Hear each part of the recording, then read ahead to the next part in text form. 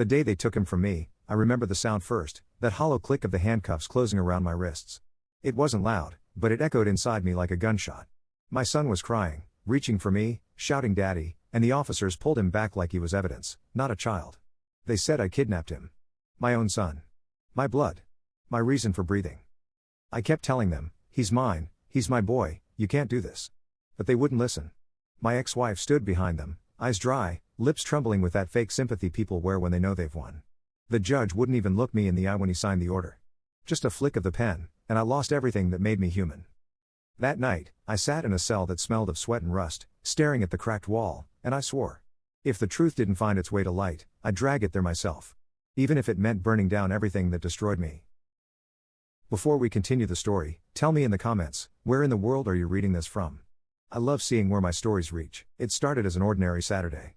The kind that used to feel like a small miracle, pancakes on the stove, cartoons humming low in the background, my son still in his dinosaur pajamas, dragging his blanket across the floor like it was a cape. He was 5. He still thought I could fix anything. Monsters, nightmares, broken toys, Daddy will fix it. When the knock came, I almost ignored it. Then it came again, louder. 3 hard knocks that didn't belong to neighbors or friends. I opened the door and saw 2 police officers standing there, eyes blank, hands already on their belts. One of them said my name like a question, though he already knew the answer. "Sir, we have a warrant for your arrest. You're being charged with the abduction of your son, Daniel." For a second, I didn't move. My brain couldn't fit the words together, abduction and your son in the same sentence. I actually laughed, because it had to be a mistake, right? But when they stepped forward and read me my rights, the laugh caught in my throat and turned into air that wouldn't go anywhere. Daniel was standing behind me, clutching the edge of my shirt. He didn't understand what was happening. He just looked scared, not of the police, but of me, because they were treating me like something dangerous. I tried to kneel down to tell him it was okay, but one of the officers pulled my hands behind my back before I could even touch him. The metal was cold. The world went quiet. "Daddy? Where are they taking you?" he asked. His voice cracked on the word daddy. I looked at my ex-wife standing on the sidewalk. She wasn't crying. She was holding a folder against her chest like she'd just won a case she'd rehearsed for months. I could tell she'd planned every detail, the timing, the accusation, the performance. She had that look of someone who had already convinced the world before the trial even began. As they led me to the car, I heard her say softly to one of the officers, "He's unstable. I warned you this might happen." Unstable. That word stuck like a nail in my skull. I wanted to shout, to tell them she was lying, that Daniel was happy, that I'd never hurt him.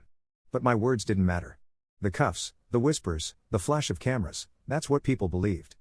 When the door of the squad car slammed shut, I caught one last glimpse of Daniel's face through the window.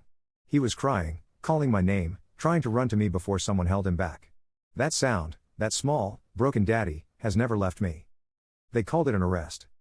I call it the moment my life was stolen. The day after my arrest, I sat in a holding cell, staring at a wall that smelled like bleach and regret. Every few minutes, I'd hear another man shouting down the hall, someone begging for a call, someone cursing at a name I didn't know. But my silence was heavier than all of it. I kept hearing Daniel's voice in my head, "Daddy, where are they taking you?" Like an echo that refused to fade. When they finally called my name, I thought maybe someone had realized the mistake. Maybe she'd changed her mind. Maybe she'd told them the truth. But it wasn't her. It was my lawyer, court-appointed, overworked, and already tired of me. He slid a folder across the table and said, without looking up, "Your ex-wife's statement is extensive." I took it, opened it, and my hands began to shake before I even read a word.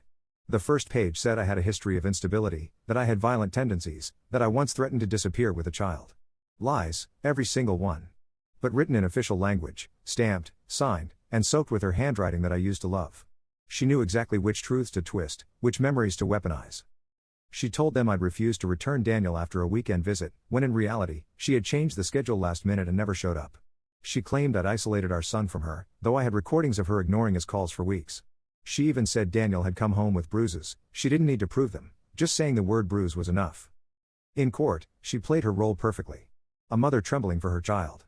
Soft voice, steady tears, glancing toward me only when she needed to remind the jury who the villain was supposed to be. The judge nodded, sympathetic. The prosecutor frowned at me like I was already guilty. And me? I couldn't even speak without shaking. Every word that came out sounded defensive, desperate. I didn't look like an innocent man, I looked like a broken one. They gave her full custody that day. No visitation. No contact. Not even a letter. They told me I could reapply after 5 years if I could prove I was emotionally stable. She looked at me once as they walked out, a small, almost invisible smile. Not joy, not victory, just satisfaction. The kind that comes when someone destroys you so completely, they don't need to raise their voice to feel powerful. That night, I realized something. She didn't want custody. She wanted erasure. She wanted me gone from his life so thoroughly that Daniel would forget my face, my voice, even my name. And I swore, silently, behind those cold cell walls, I would survive every humiliation, every sleepless night, every year of silence, because one day, the truth would find her. And when it did, it wouldn't knock on her door. It would break it down. The courtroom smelled like old paper and coffee gone cold, the kind of air that makes you feel like truth doesn't stand a chance in there.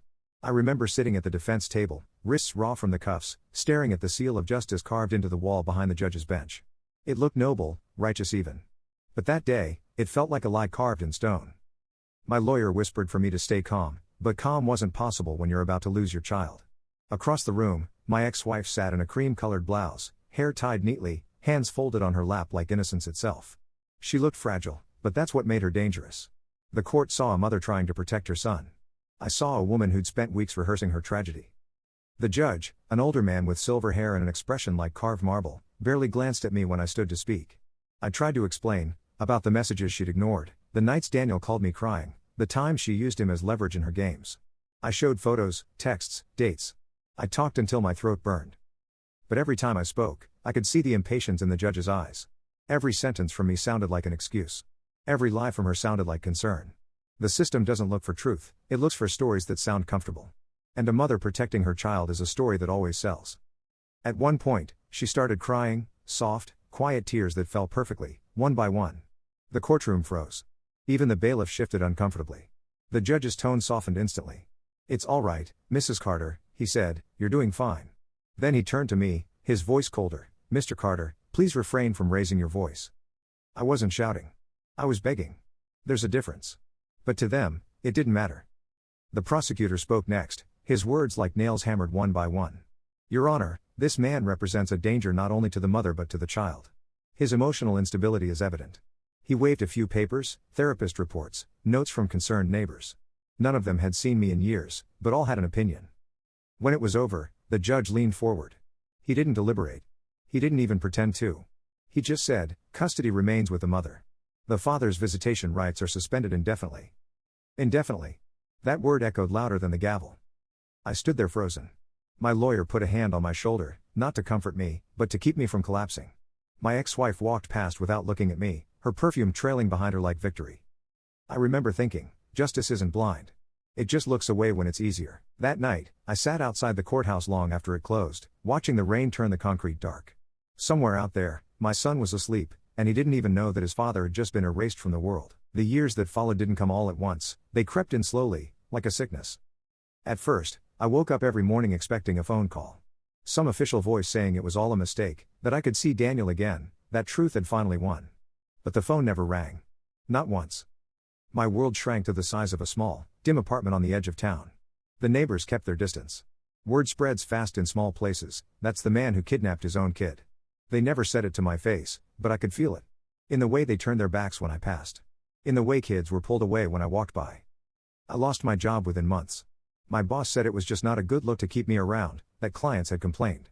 I didn't fight it. What could I say? You can't defend yourself against a ghost of what people think you are. Nights were the worst. Every sound in that apartment reminded me of Daniel, the scrape of a chair, the hum of the fridge, the whisper of rain against the window. I used to imagine him growing taller, his voice changing, his handwriting improving. I wondered if he still remembered me, or if his mother had already rewritten the story in his mind. "Your father left us. He didn't want you." Lies repeated long enough start to sound like truth. Every birthday, I'd buy a small gift. A baseball, a book, a model plane. I kept them all in a shoebox under my bed. 10 gifts now. 10 years. A box full of things I never got to give. I tried to appeal, more than once. Each time, the paperwork was denied. Insufficient grounds. No new evidence. No cause for review. Words that built a wall higher every time I tried to climb it. My lawyer stopped returning calls after the third attempt. So I learned silence. Not the kind that's peaceful, but the kind that eats at you. I stopped talking to people because every conversation ended in pity or fear. I stopped sleeping because every dream ended the same, Daniel calling out for me, then fading before I could reach him. And yet, through all of it, I couldn't hate him. Not for forgetting. Not for living a life that didn't have space for me. The hate wasn't his to carry. It was hers. And the systems. And the faces in that courtroom who turned away when I begged them to see. I kept one thing alive inside me, a small, burning ember of belief that the truth would come back. Lies can run fast, but truth never dies. It just waits for someone stubborn enough to dig it out. And when the chance finally came, years later, when I'd almost stopped looking, it started with a single message I wasn't supposed to see. It started with a message that wasn't meant for me. 7 years had passed since the trial. I was working part-time at a car wash, quiet job, cash pay, the kind of work that doesn't ask questions. My days were measured by how long the sun stayed up and how heavy my chest felt when it went down. Then one evening, while sorting through an old phone box, broken screens, chargers tangled like vines, I found my old SIM card from the year of the trial. I hadn't touched it since the day they arrested me. I didn't even know why I kept it. Maybe because some part of me wasn't ready to throw away the last proof that my life before prison had been real. I bought a cheap used phone, slid the card in, and waited for it to light up. When it did, it was like opening a time capsule, old messages, numbers I didn't recognize anymore, fragments of a life frozen in digital dust. And there it was, one unread voicemail. Dated 2 days before my arrest. It was from her. I pressed play, my heart hammering so loud I almost missed the first words.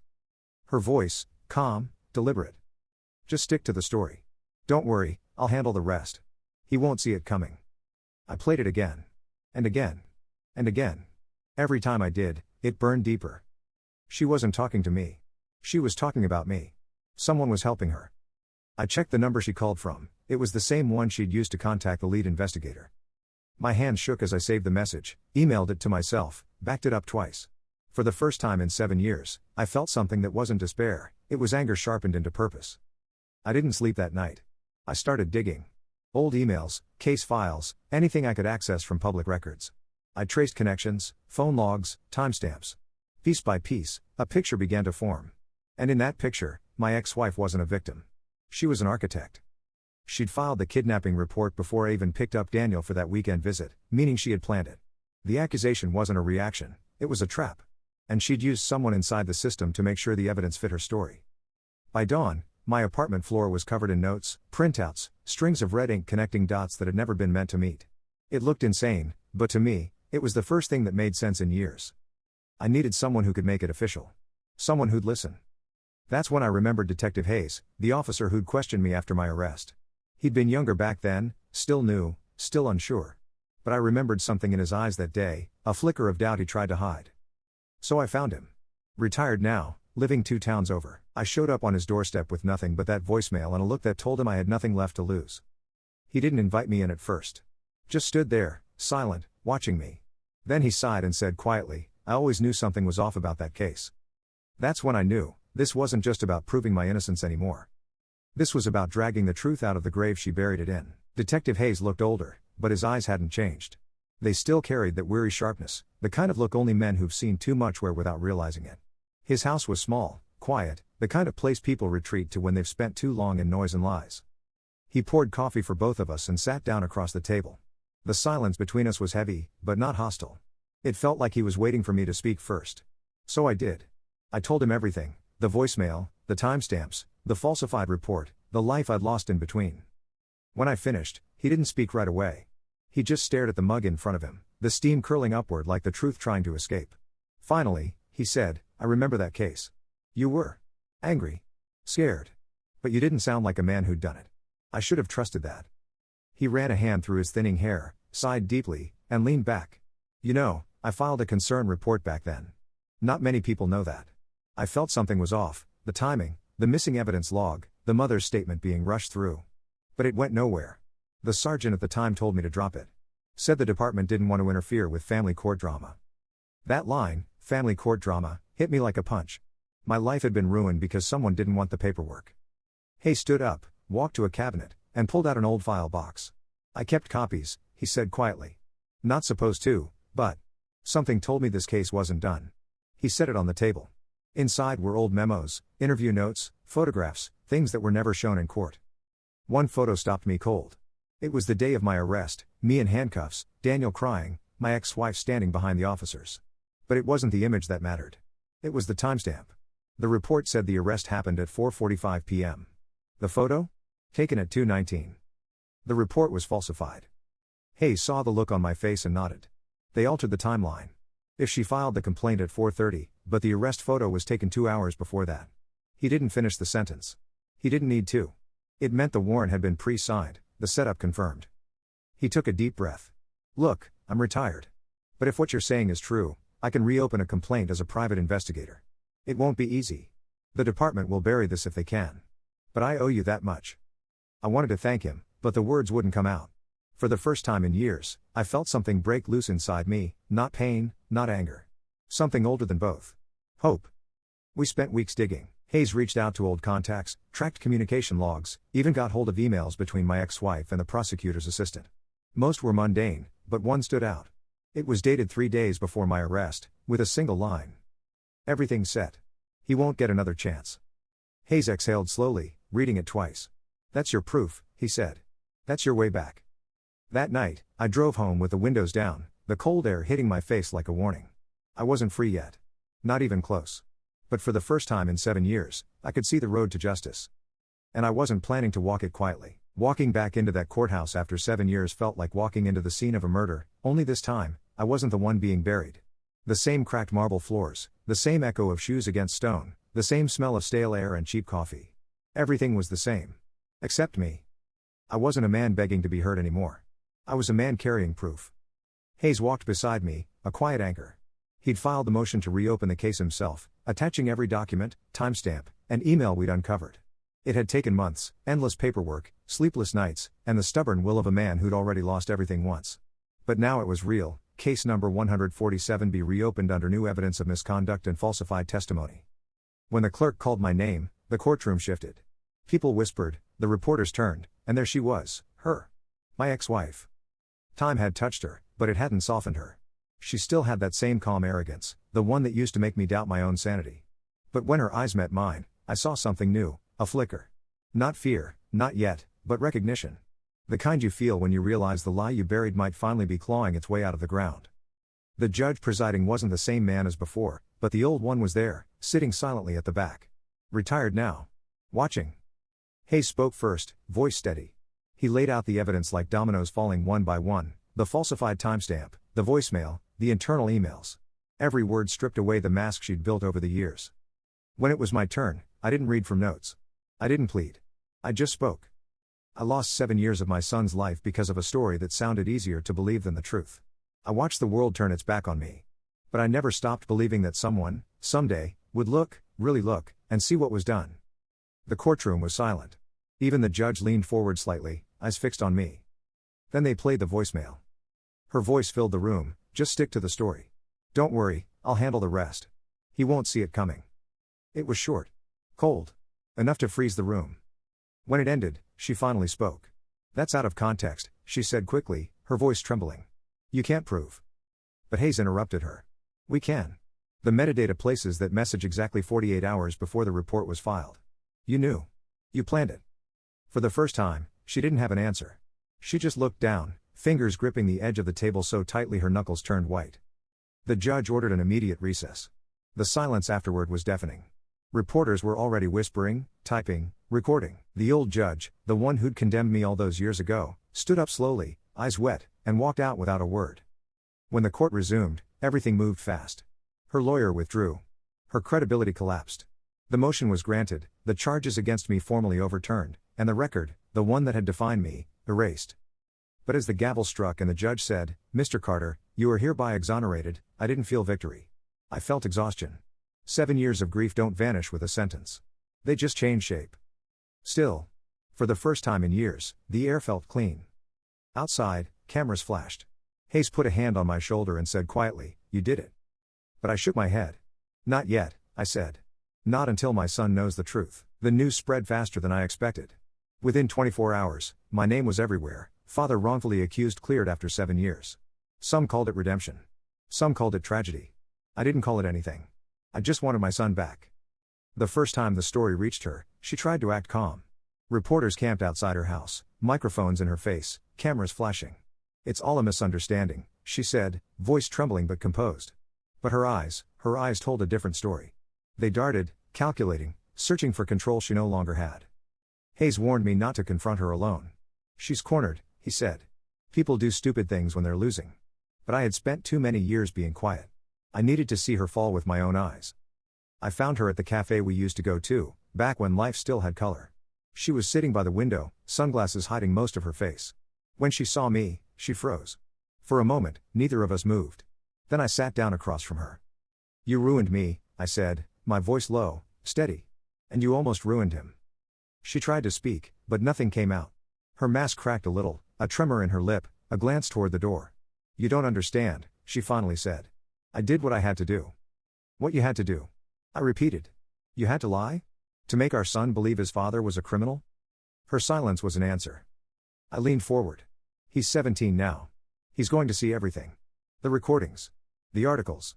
The truth. You can't hide it anymore." That was when she broke. Her voice rose, sharp and raw. "You think I wanted this? You left me no choice. You were going to take him from me." I almost laughed, a hollow sound I barely recognized as my own. "Take him? I would have given my life just to see him grow up. You took that from both of us." People in the cafe had started whispering. She noticed. Her composure melted completely. For years, she had built her world on the certainty that I would never rise again, and now it was collapsing in public, under the weight of her own lies. 2 days later, the police opened an investigation into her conduct. Hayes handed over every file, every message. There was no way out. She tried to claim coercion, then stress, then misunderstanding. But truth has a way of stripping away disguises. In court, she was no longer the fragile mother. She was a witness trembling under her own testimony. Her lawyer barely spoke. And when the prosecutor played that same voicemail again, this time for the jury, she lowered her head and whispered, "I never meant for it to go that far." But it had. It went exactly as far as she planned. When the verdict came, perjury, obstruction, and falsifying evidence, she didn't look at me. She just stared straight ahead, empty. The same woman who once smiled as I was led away in chains now stood handcuffed herself, surrounded by cameras that captured every tear. I didn't smile. I didn't clap. I just stood there and watched the truth do what I couldn't. When I walked out of that courtroom, the sky looked different. Not brighter, just honest. 7 years of lies had finally collapsed.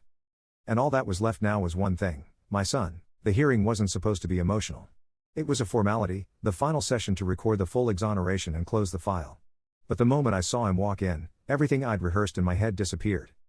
Judge Whitaker. The same man who'd sentenced me 7 years ago. He was older now, slower, carrying himself like someone haunted by his own verdicts. His robe looked heavier than before, his steps quieter. When our eyes met, he froze.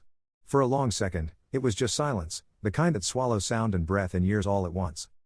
The court clerk called my name, then his. "Your Honor, this hearing is to officially nullify case number 147B and expunge all related charges from the record."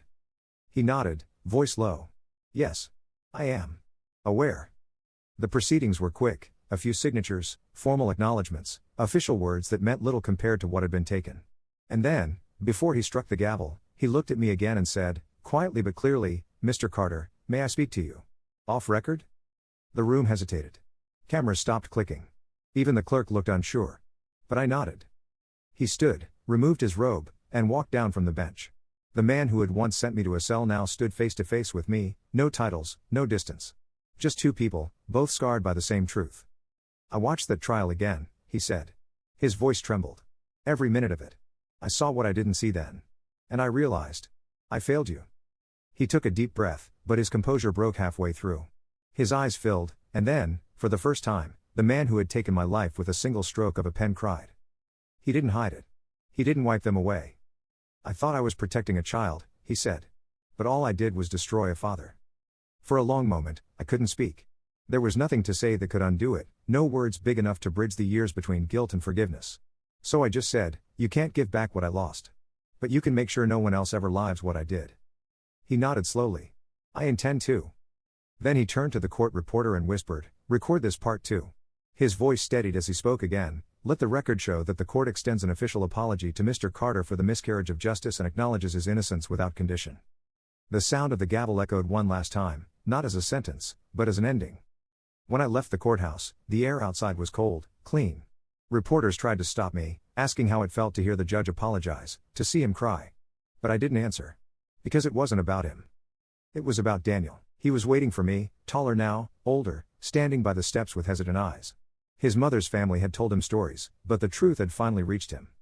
We just stood there, two strangers bound by blood and years of silence. Then he said softly, "Dad?" That one word, Dad, broke me more than any prison cell ever could. I didn't cry. I just nodded, stepped forward, and wrapped my arms around him. He was shaking, but he didn't let go. Neither did I. And somewhere behind us, in that courthouse where lies once ruled, a judge wiped his face and whispered to no one, "May God forgive us all." He didn't call me Dad again for a long time after that first day. I didn't expect him to. 7 years is a long time to unlearn lies. We met in small moments, coffee shops, quiet walks by the river, long drives with too much silence between songs on the radio. He asked questions in pieces, cautiously, like someone testing the strength of a bridge before crossing it. "Did you really take me?" "No." "Did Mom know?" "Yes." He'd nod, eyes down, his hands fidgeting with the cuff of his sleeve. The truth hurt him too. I didn't try to fill the silence. I learned what silence costs, how it can crush, and how it can heal. Sometimes, we just sat, watching the water move, both of us wondering who we might have been if the world hadn't lied. His life had gone on without me, birthdays, scraped knees, first day of high school, heartbreaks I didn't know about. He'd lived all of it with a father-shaped gap no one had tried to fill. And now that I was back, I didn't want to reclaim what was gone. I just wanted him to know I'd never stopped being there in spirit, even when the world said I couldn't be. One night, after months of quiet rebuilding, he handed me something, a small, battered baseball. "You bought this for me, right?" he asked. I froze. I'd kept that ball in a shoebox for years, waiting for a chance to give it to him. Somehow, he'd found it when I wasn't looking. I nodded. "Yeah. Every year I bought you something. I didn't think I'd ever get to see you open any of it." He looked at the ball for a long time, then said softly, "You didn't miss everything, Dad. I just didn't know how to find you." That night, I finally cried. Not the tears of a broken man, but of a man who'd survived long enough to see the truth set him free. As for her, my ex-wife, she served her sentence quietly. No appeals, no statements. Her name faded from the headlines. Some nights, I wonder if she ever sits alone, realizing that the same system she once bent finally turned on her. But I don't feel vengeance anymore. The fire that once fueled me burned itself out when Daniel said that word, Dad. The judge kept his promise. He started a campaign for reform, fought to make sure no parent could ever be erased as easily as I was. He sent me a letter once, handwritten, that ended with a single line. "Justice is never perfect. But truth, once it breathes, does not die again." Sometimes, I still wake up before dawn, expecting to hear that knock on the door, the sound of handcuffs. Then I see the framed photo on my nightstand, Daniel and me, standing in the park, both of us smiling awkwardly, learning what father and son means all over again. I lost 7 years, but I gained something else, a truth that cost me everything and gave me back who I was. And when people ask me if I ever forgave them, the judge, the police, her, I always say the same thing. Forgiveness isn't justice. It's just the sound the truth makes when it finally exhales.